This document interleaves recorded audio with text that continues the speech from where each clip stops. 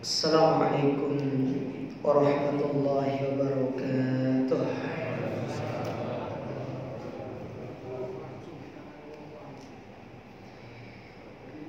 Innal hamdalillah nahmaduhu wa nasta'inuhu wa nastaghfiruh wa na'udzu billahi min shururi anfusina wa sayyiati a'malina. من يهده الله فلا مضل له ومن يضلل فلا هادي له واشهد ان لا اله الا الله وحده لا شريك له واشهد ان محمدا عبده ورسوله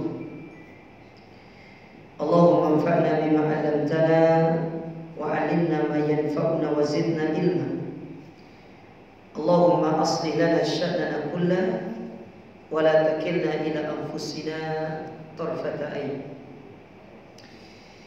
Amma ba'd, kaum muslimin wal muslimat, Bapak Ibu, saudara-saudari, para ikhwan dan akhwat, para jamaah yang semoga senantiasa dirahmati Allah. Pertama-tama marilah kita senantiasa bersyukur kepada Allah Azza wa Jalla di kesempatan yang berbahagia ini.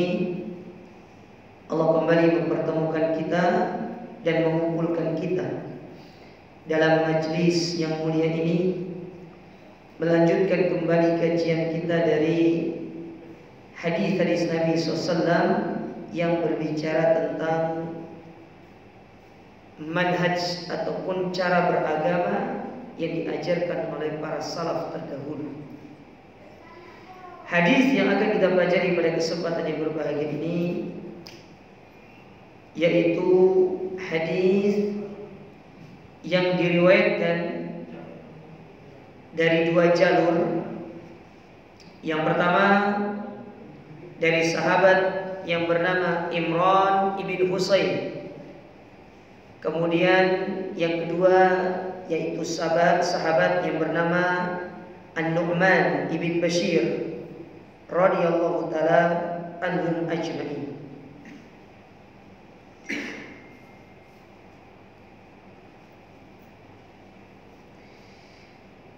Nabi alaihi salatu wassalam, beliau bersabda, khairun nas qarni, sebaik-baik manusia qarni, yaitu generasiku atau di zaman. Karena qarni itu kata para ulama bisa diartikan dua, bisa diartikan zaman, bisa diartikan generasi. Jadi sebaik-baik manusia generasiku, atau yang kedua di zamanku. Tsummal ladzina yalunahum, kemudian mereka-mereka yang datang setelahnya. Tsummal ladzina yalunahum, kemudian yang datang setelahnya. Tsummal ladzina yalunahum, kemudian yang datang setelahnya. Tsumma yaji'u qaumun tasbiqu syahadatu ahadihim yaminah, kemudian akan datang kepada kalian satu kaum yang persaksiannya mendahului sumpahnya, wa yaminuhu syahadatahu, demikian pula sumpahnya mendahului persaksiannya. Nah, hadis ini diriwayatkan oleh Imam Ahmad dan yang lainnya. Demikian pula disebutkan di dalam hadis riwayat Al-Bukhari dan juga Imam Muslim. Secara umum, para jamaah sekalian, hadis ini berbicara tentang para sahabat itu merupakan generasi terbaik, atau berbicara tentang generasi terbaik dari umat Islam. Yang mana umat Islam ini memiliki generasi terbaik, dan para sahabat itu adalah sebaik-baik generasi daripada agama Islam ini. Dengan beberapa dalil yang akan kita sebutkan nanti, kenapa para sahabat itu dikatakan sebagai generasi terbaik. Namun ijma' para ulama, mereka mengatakan bahwasanya generasi terbaik daripada umat Islam ini yaitu 3 generasi awal. Yang pertama adalah sahabat, yang kedua yang kemudian adalah tabi'in, dan yang ketiga adalah tabi'ut tabi'in. Jadi secara umum hadis ini berbicara tentang generasi terbaik daripada umat Islam. Sekarang kita baca penjelasannya di sini supaya kita mendapatkan keterangan yang jelas terkait hadis yang mulia ini.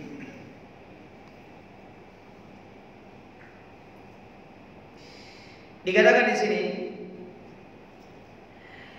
yukhbiruna Nabi sallallahu alaihi wasallam fi hadzal hadis. Dalam hadis ini Nabi mengabarkan kepada kita an khairi ummatihi quluban wa amalan, yaitu sebaik-baik umat beliau baik secara hati dan pengamalan. 2 hal, hati dan pengamalan. Karena ini yang paling dilihat oleh Allah Ta'ala. Yang pertama hati, yang paling ikhlas. Dan yang kedua secara amal, yang paling ittiba'us sunnah, mengikuti sunnah. Kenapa didahulukan hati baru amal? Bahwasanya seorang itu diperintahkan untuk menata hatinya untuk ikhlas. Sebagai isyarat yang Allah berikan di dalam Al-Quran, Allah Ta'ala berfirman, yauma la yanfa'u malun wala banun illa man atallaha biqalbin salim. Bahwasanya nanti pada hari kiamat yang akan menjadi barometer utama Allah menilai manusia dari hatinya. Ketika mereka datang di hari kiamat dengan hati yang selamat, Allah Ta'ala akan memberikan keselamatan kepada mereka. Ini pentingnya menjaga keikhlasan.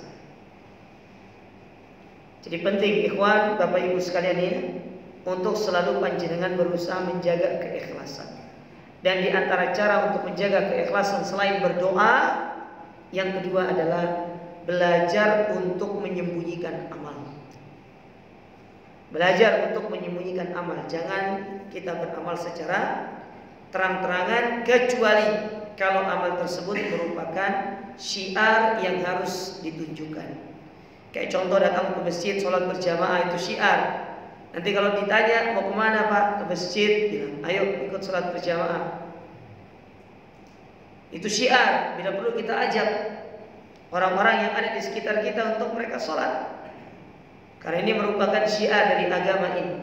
Tapi kalau sholat sunnah seperti sholat rawatib, sholat malam, dan sholat-sholat sunnah yang lainnya, maka itu bukan dikategorikan syiar, dan hukum asalnya dikerjakan secara sembunyi-sembunyi. Oleh karenanya Nabi SAW mengatakan, afdalus sholatil mar'i fi baitihi illal maktubah. Sebaik-baik sholat seseorang itu di rumahnya, kecuali sholat yang wajib. Karena wajib itu bagian daripada syiar. Paham jemaah? Saya minum dulu, biar enak kita kaji. Teh saja.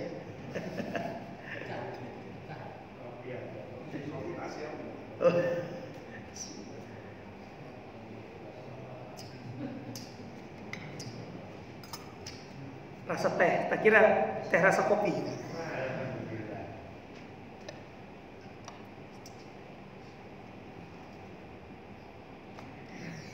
Baik, kita lanjutkan.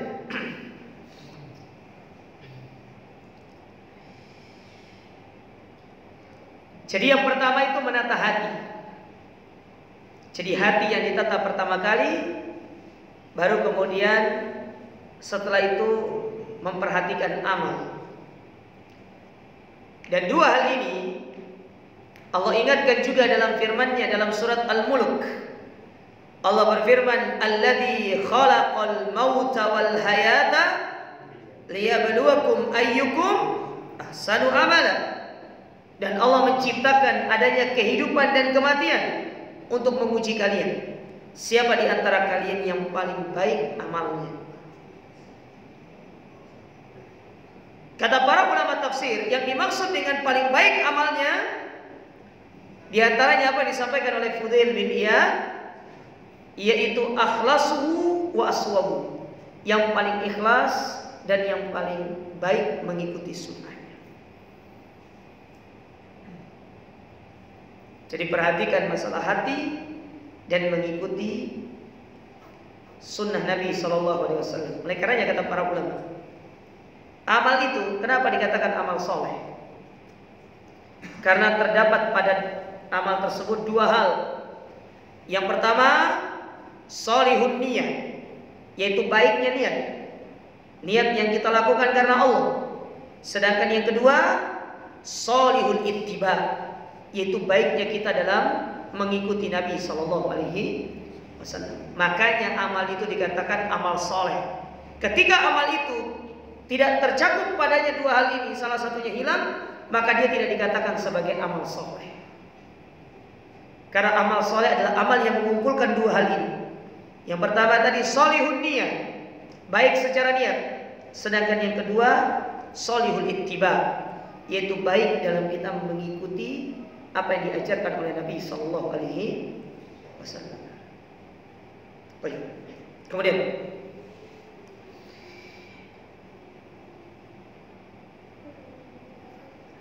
bal al khairin nasi amma ba'dan nabiyyin. Bahkan manusia yang digambarkan oleh Nabi SAW dalam hadis ini adalah mereka manusia yang terbaik setelah para nabi dan rasul. Bayangkan, setelah para nabi dan rasul, tidak ada manusia terbaik setelah para nabi dan rasul kecuali para sahabat. Tolong diingat itu. Tidak ada manusia terbaik setelah para nabi dan rasul kecuali mereka adalah para sahabat.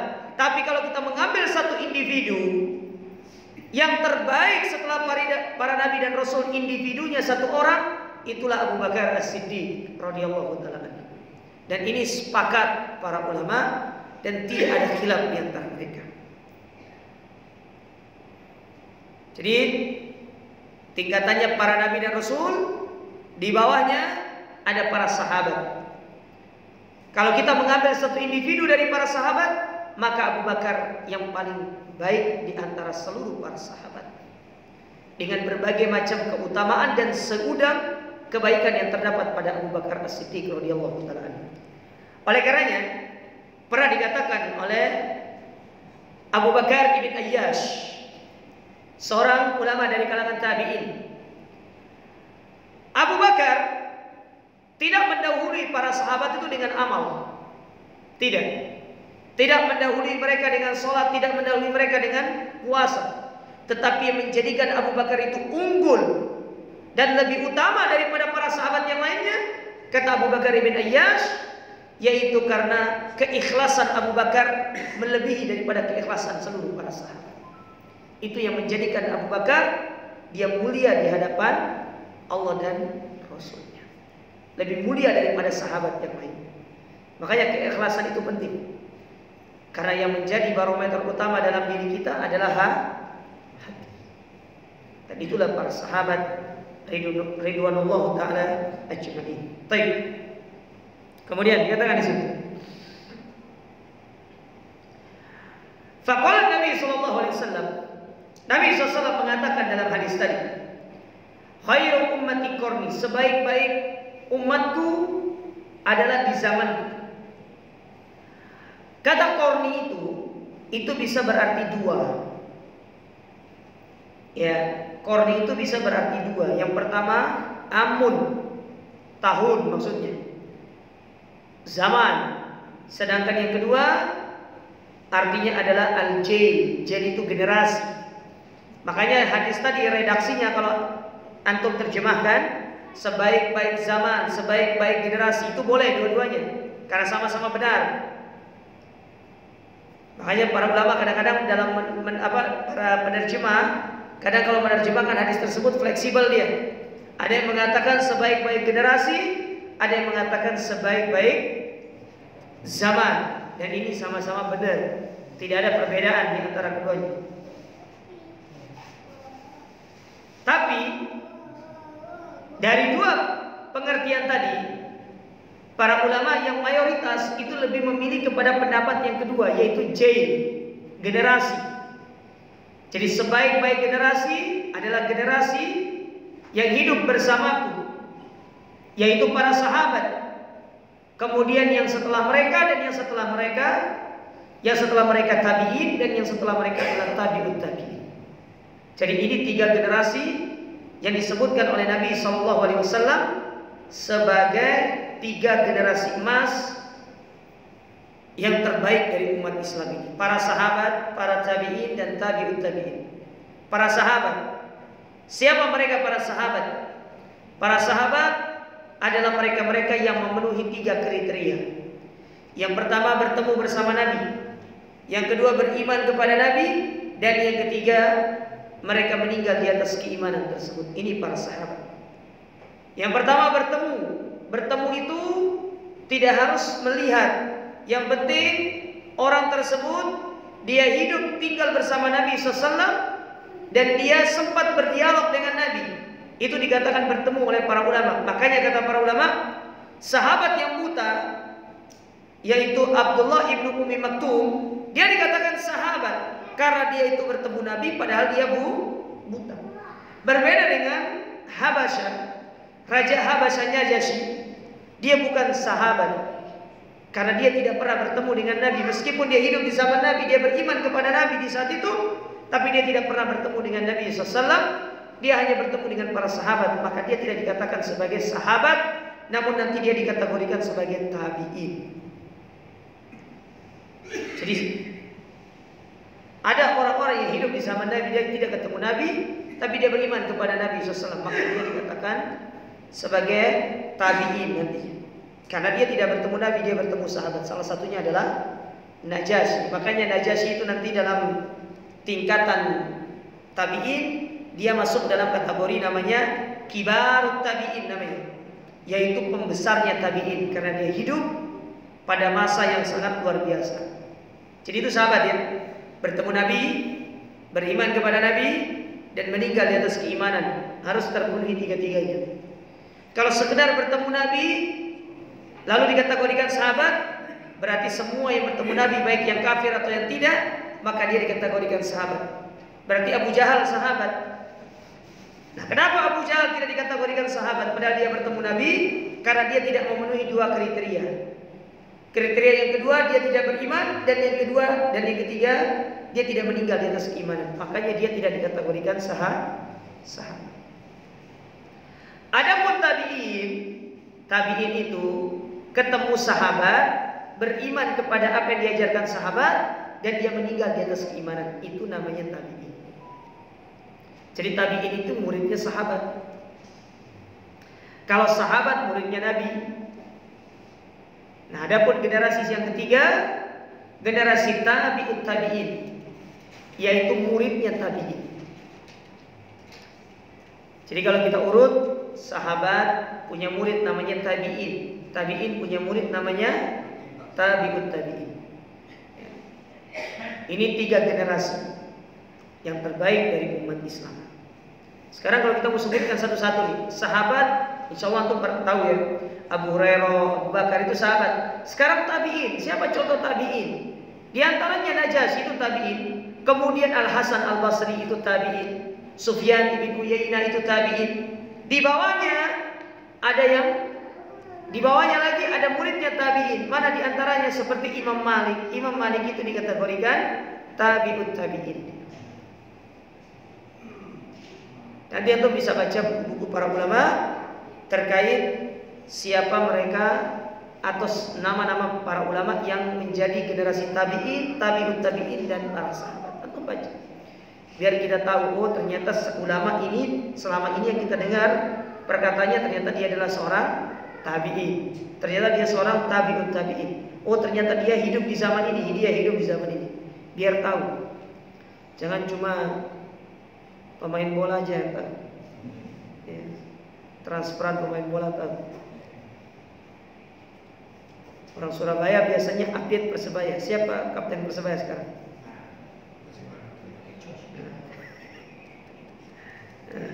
Biasanya update ya.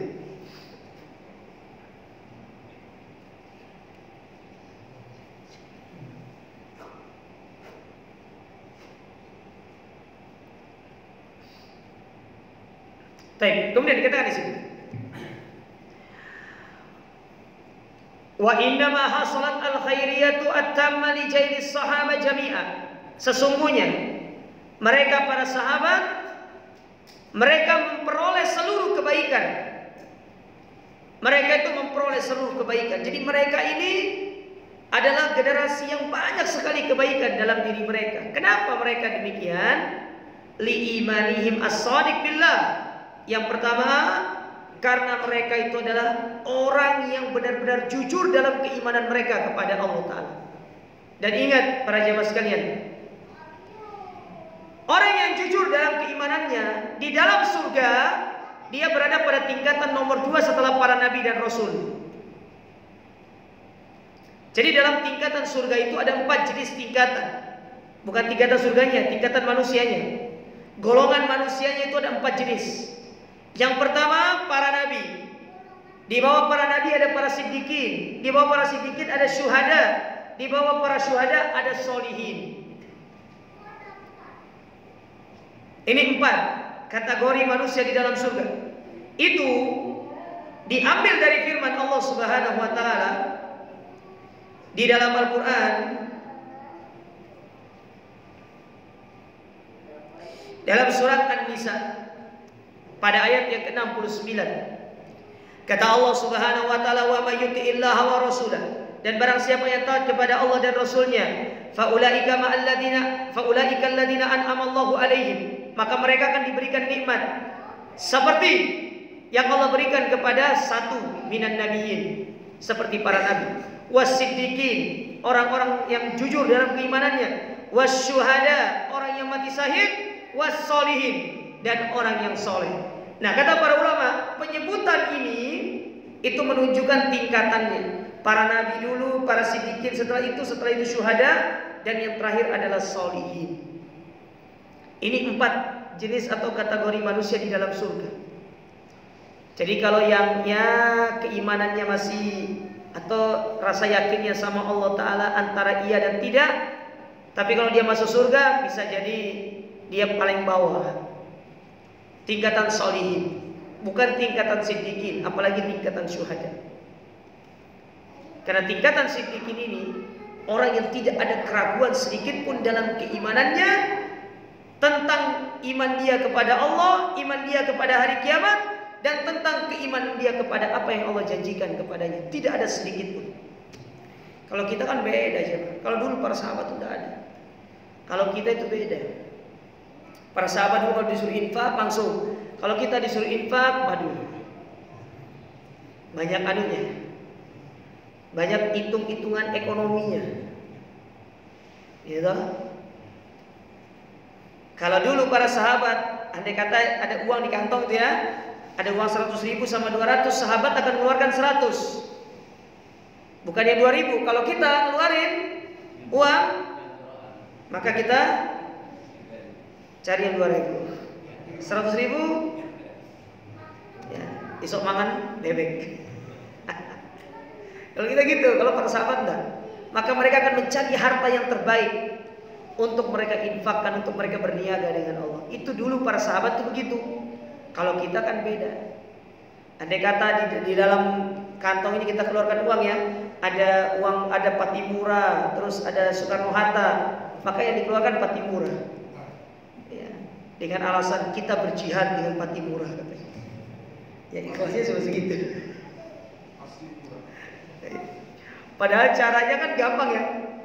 Supaya Soekarno Hatta ini terlindungi, maka harus dibungkus dengan Patimura. Kita dibungkus. Nah, para sahabat dulu tidak.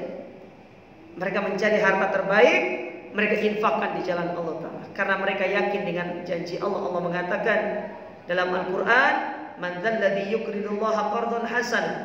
Dalam ayat yang lain Allah mengatakan, ya, dalam surat As-Saff, Allah Subhanahu wa taala berfirman, "Tu'minuna billah wa rasuli wa tujahiduna fi sabilillah bi amwalikum wa anfusikum." Mereka berjihad dengan harta dan jiwa-jiwa mereka. Itulah para sahabat. Makanya kenapa mereka menjadi generasi terbaik?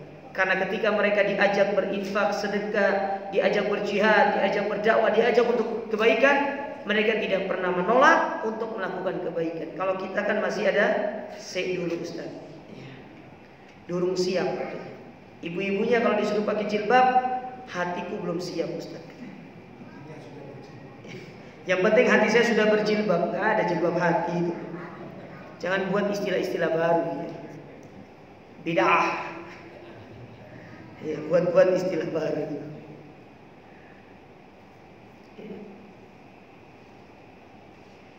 Itu sifat yang pertama, beriman. Sifat yang kedua, mereka itu adalah manusia yang menerapkan amar ma'ruf nahi munkar. Allah berfirman tentang kedua sifat ini dalam surat Ali Imran pada ayat yang ke-110. Kata Allah Subhanahu wa taala, "Kuntum khairu ummatin ukhrijat linnas." Kalian sebaik-baik umat yang dikeluarkan oleh Allah Ta'ala untuk manusia. Untuk manusia, untuk apa maksudnya? Sebagai teladan, sebagai contoh bagi manusia. Para sahabat dijadikan contoh bagi manusia.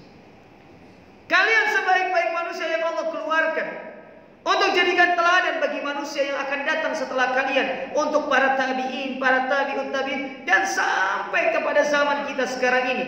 Kita meneladani para sahabat Nabi Sallallahu Alaihi Wasallam. Kita teladani mereka.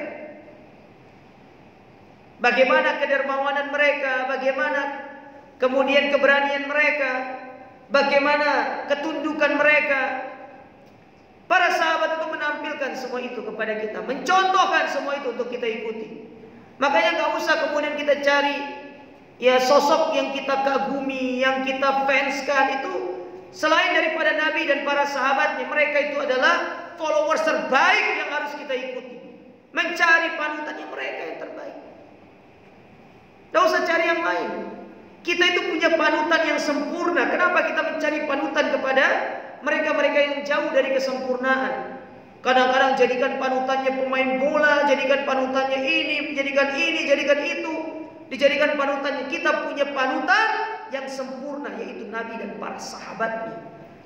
Yang terkumpul pada diri mereka semua kebaikan. Apalagi Nabi SAW. Cari apa sama Nabi itu semuanya ada pada Nabi. Cari sosok suami terbaik, Nabi tempatnya. Cari sosok tuan ataupun pemimpin terbaik, Nabi tempatnya. Seorang ahli ibadah terbaik, Nabi tempatnya. Seorang guru terbaik, ustadz terbaik, Nabi tempatnya. Nabi itu luar biasa sekali. Bagaimana beliau menjadi seorang dai yang luar biasa sekali. Penuh hikmah, penuh kebijaksanaan. Lihat ketika peristiwa Muawiyah bin Hakam. Pernah dengar kisah Muawiyah bin Hakam yang menjawab orang bersin dalam sholat itu? Jadi lagi sholat jemaah. Muawiyah bin Hakam ini lagi sholat nih.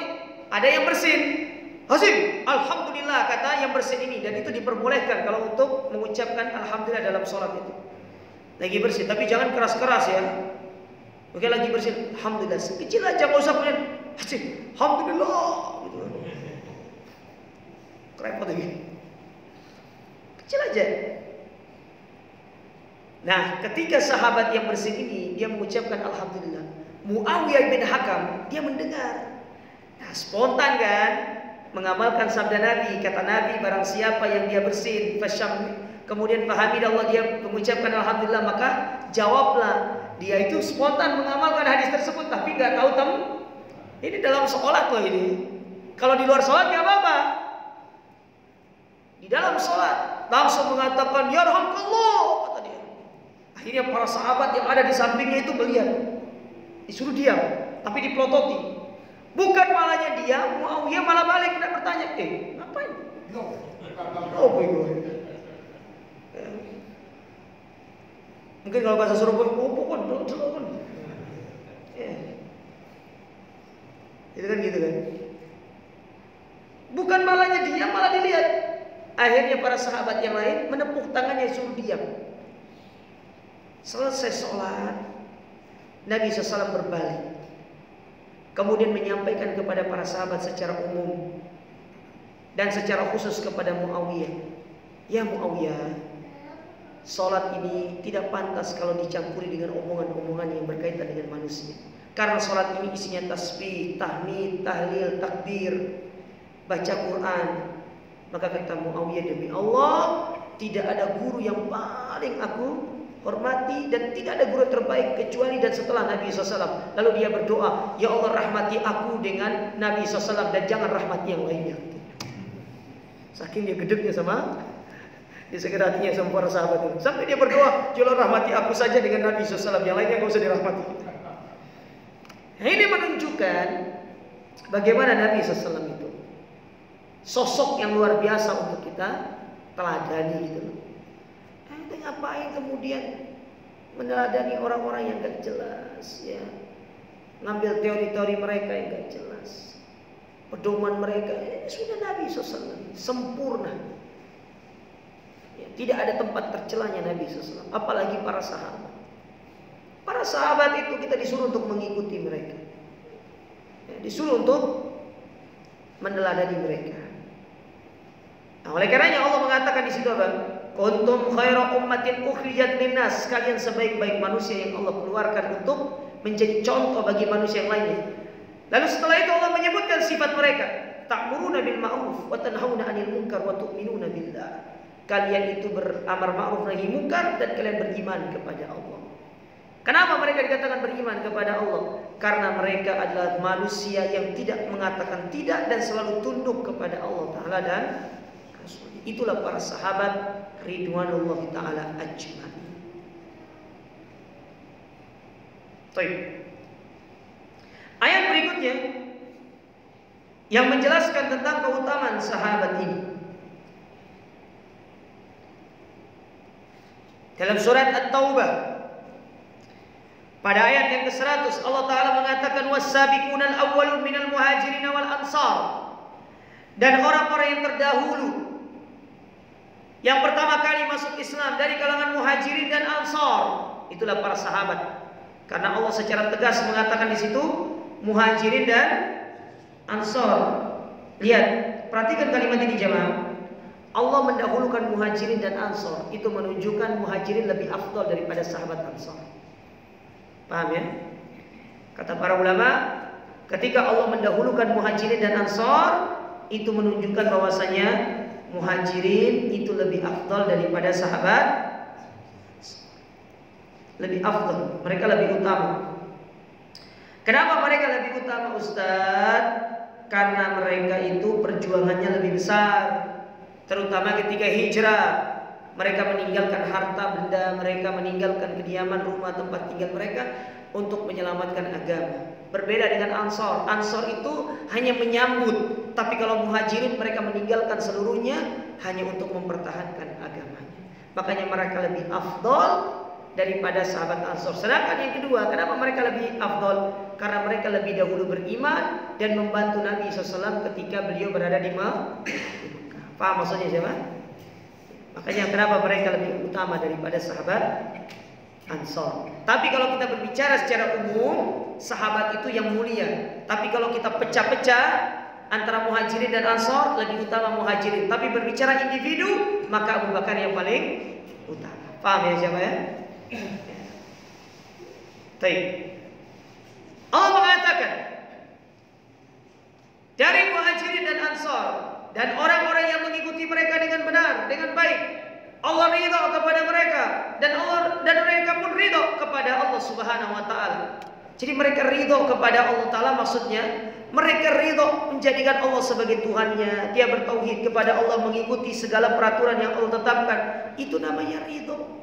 Ridha itu kelapangan hati menerima segala apa yang Allah perintahkan, itu namanya ridha. Kalau ngerjakan sholatnya masih terpaksa, berarti belum ridha namanya.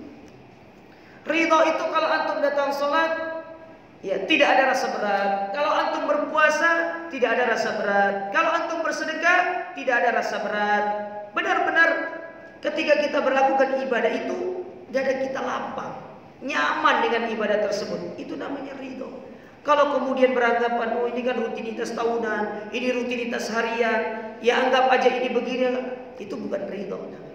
Berarti selama ini kita melakukan ibadah bukan atas dasar mencari keridhaan Allah, tetapi justru hanya sekedar ingin menggugurkan kewajiban. Dan ibadah hanya sebatas menggugurkan kewajiban, mohon maaf, tidak diberikan pahala oleh Allah. Tidak diberikan pahala.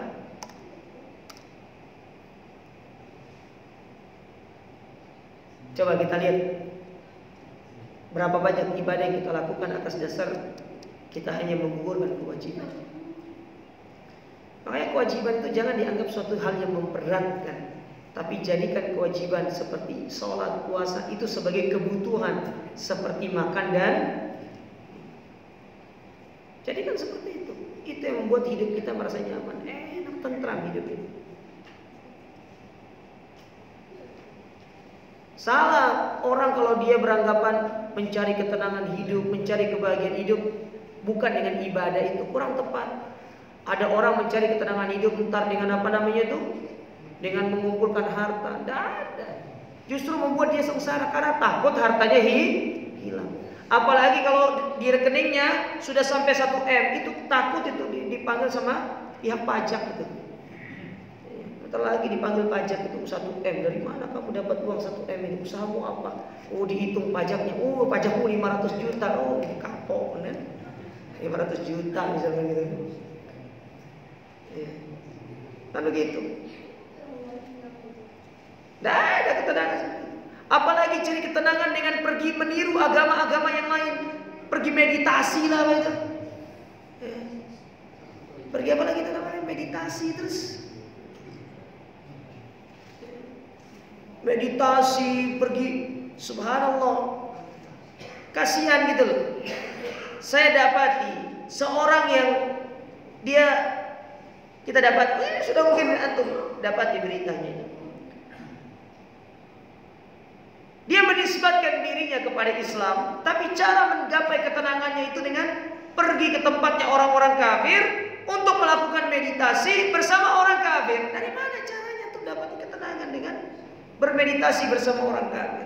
Sementara Nabi SAW sudah memberikan kepada kita tips dan trik terbaik untuk mencari ketenangan. Gimana caranya? Kata Nabi kepada Bilal, ya Bilal, arihna bis sholat. Bilal, coba tenangkan aku dengan ibadah sholat. Jadi kalau kita mau berkata meditasi terbaik seorang mukmin itu apa? Sholat. Bukan kemudian pergi lalu tangannya diginikan kayak patung Buddha. Apa ini? Konsentrasi, tarik nafas lewat hidung, dikeluarkan lewat belakang, bukan lutut ya. Kacau seperti ini. Antum mau menggapai ketenangan itu, dekatkan diri kepada Allah. Tidak ada ketenangan yang hakiki kecuali seorang dekat dengan Allah Subhanahu wa taala. Bayangkan kata seorang penyanyi, ketika dia merasakan bagaimana kedekatan dia kepada Allah yang begitu intim, dia berhasil mendapatkan chemistry yang sangat indah bersama Allah Ta'ala. Dia mengatakan, idza niltu minkal mudda fal malu hayyinun wa kullu alladhi fawqa turabi turab. Setelah aku mendapatkan cintamu ya Allah, setelah aku mendapatkan ketenangan bersamamu ya Allah, maka sesungguhnya aku melihat dunia ini seperti seperti tanah, seperti debu yang tidak ada nilainya. Dan segala hal yang ada di atas muka bumi ini tidak ada apa-apanya dibandingkan kecintaan yang engkau telah berikan kepada aku. Ini cara menggapai ketenangan itu, dekat sama Allah. Sholat. Makanya kalau punya masalah datang sama Allah. Sholat doa. Sholat doa, sholat doa. Ista'inu bis sabri was. Sholat dengan sholat. Ngapain pergi? Sudah gitu kumpul bersama orang kafir, pergi ke tempat orang kafir, ya, bermeditasi, pakai cadar pula. La haula wala quwata illa billah.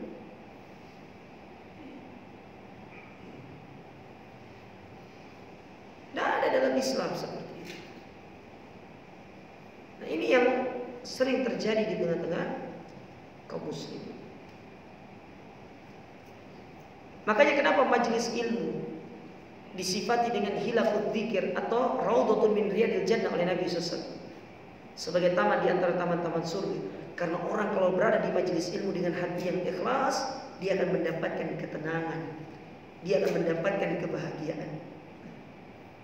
Paling tidak antum masuk sini untuk punya masalah dihilangkan sama Allah Ta'ala dari pikiran antum. Kalau keluar mungkin datang lagi masalah itu kan. Ya, paling tidak masuk kan, paling tidak kita lupakan sama masalah itu toh. Paling tidak lupa sejenak, artinya kita bisa enak gitu loh. Ustaz, berarti saya tidak usah keluar dari masjid. Ya udah, tidak apa-apa. Antum di masjid aja.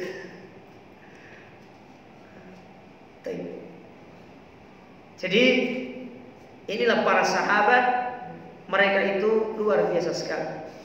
Mereka adalah orang-orang yang memiliki keutamaan. Mereka memiliki kebaikan, mereka memiliki segala keistimewaan-keistimewaan terdapat dalam diri mereka para sahabat. Oleh karenanya, perhatikan perkataan Abdullah ibnu Mas'ud sebagaimana dibawakan oleh dalam Imam Ahmad. Kata Abdullah ibnu Mas'ud, coba perhatikan kata perkataan Ibnu Mas'ud ini. Beliau bercerita dan memberikan komentar tentang para sahabat. Apa kata beliau? Innallah nadhara ila qulubil ibad. Sesungguhnya Allah melihat kepada hati-hati hamba-Nya. Fawajada qalba Muhammadin khaira qulubil ibad. Maka Allah dapati hatinya Muhammad sebaik-baik hati manusia. Benar. Hati Nabi Muhammad itu hati yang terbaik. Di usia beliau saat 6 tahun, 6 atau 5 tahun ya kalau nggak salah, 5 atau 6 tahun, terjadi khilaf di kalangan para ulama itu. Terjadi peristiwa dada Nabi dibelah, betul? Diambil hatinya, dibersihkan hatinya, dicuci dengan air zam-zam di dalam sebuah baskom yang terbuat dari emas. Lalu kemudian dimasukkan kembali hatinya untuk menjadikan hati Nabi itu bersih. Dan bagian-bagian yang bisa diganggu oleh syaitan sudah dicabut oleh malaikat Jibril. Sehingga jadilah hati Nabi SAW itu adalah hati yang bersih. Bersih sekali hatinya Nabi SAW. Lalu apa kata Ibnu Mas'ud? Fastofahu li nafsi. Maka Allah memilih Nabi SAW. Memilih Nabi SAW. Fabta'athahu bi risalati. Dan mengutus beliau untuk membawa risalah kenabian. Untuk membawa Islam, menyampaikan Islam ini kepada para manusia. Itulah Nabi alaihissalam, manusia terbaik hatinya, yang paling bersih hatinya. Setelah itu apa kata Ibnu Mas'ud? Summa nadhara fi qulubil ibad ba'da qalbi Muhammad. Setelah itu Allah melihat kepada hati-hati hambanya setelah hatinya Nabi Muhammad. Fawajada quluba ashabihi khaira qulubil ibad. Maka Allah dapati hati-hati para sahabat itu sebaik-baik hati manusia setelah hatinya Nabi Muhammad. Faja'alahum wuzara'a nabiyhi. Maka Allah pun memilih mereka untuk menjadi teman dari Nabi SAW. Maka temannya Abu Bakar, Umar, Utsman, Ali, Abu Ubaidah, Tolha bin Ubaidillah, Sa'ad bin Abi Waqqas, ya Sa'id bin Zaid, dan yang lainnya dari sahabat-sahabat Nabi SAW. Mereka adalah orang-orang yang memiliki hati yang baik. Para sahabat.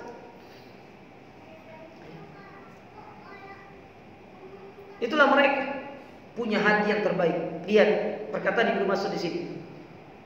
Beliau mengatakan hati. Makanya kenapa hati itu penting? Oleh karenanya dalam hadis yang diriwayatkan oleh Imam Muslim dalam sahihnya Kata Nabi SAW, Inna Allah la yanzuru ila suwarikum wa amwalikum. Allah tidak melihat kepada penampilan fisik dan harta kalian. Bukan itu yang menjadi penolak. Barometer utama Allah Ta'ala menilai kita. Walakin yanzuru ila qulubikum wa amalikum. Tapi Allah melihat kepada hati kalian dan amal perbuatan kalian. Allah mendahulukan hati baru amal. Karena banyak orang secara amal zahirnya dia terlihat sempurna, tetapi hatinya penuh dengan kebusukan, penuh dengan keburukan. Ada orang dia sholat sempurna, tapi ternyata hatinya penuh dengan Ada orang dia bersedekah dengan sempurna, dia berkurban dengan sempurna, namun ternyata hatinya penuh dengan riya, ingin dipuji, ingin disanjung. Jadilah amal tersebut menjadi kotor. Makanya kenapa kita disuruh memperbaiki hati pertama kali? Karena para sahabat, generasi setelah mereka, sahabat tabi'in, tabi'ut tabi'in, mereka ini adalah generasi yang memiliki hati yang terbaik. Sudah ada belum? 1 menit. Kok lama ya? Biasanya tet gitu loh. Udah 39. Tapi subuhnya maju ya. Subuhnya maju, isanya mundur. Isanya mundur ya Allah ya. Harusnya subuh Indonesia itu ya jam 4 gitu loh ya. Jam 4:30 gitu loh. Jam 3 kurang. Ini jam 3, ya 4 kurang. Coba kayak Saudi itu ya 5:30 subuhnya. Ya, subuh Saudi itu 5:30. Nah, itu harus ada dulu ya.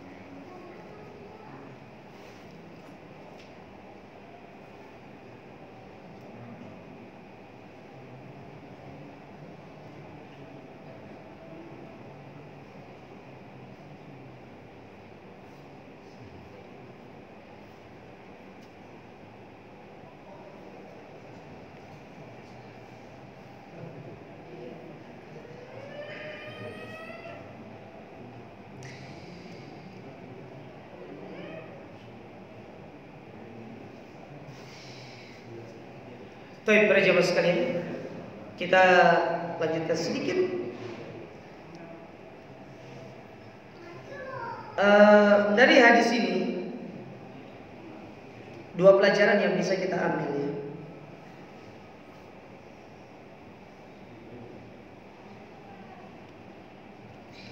Yang pertama,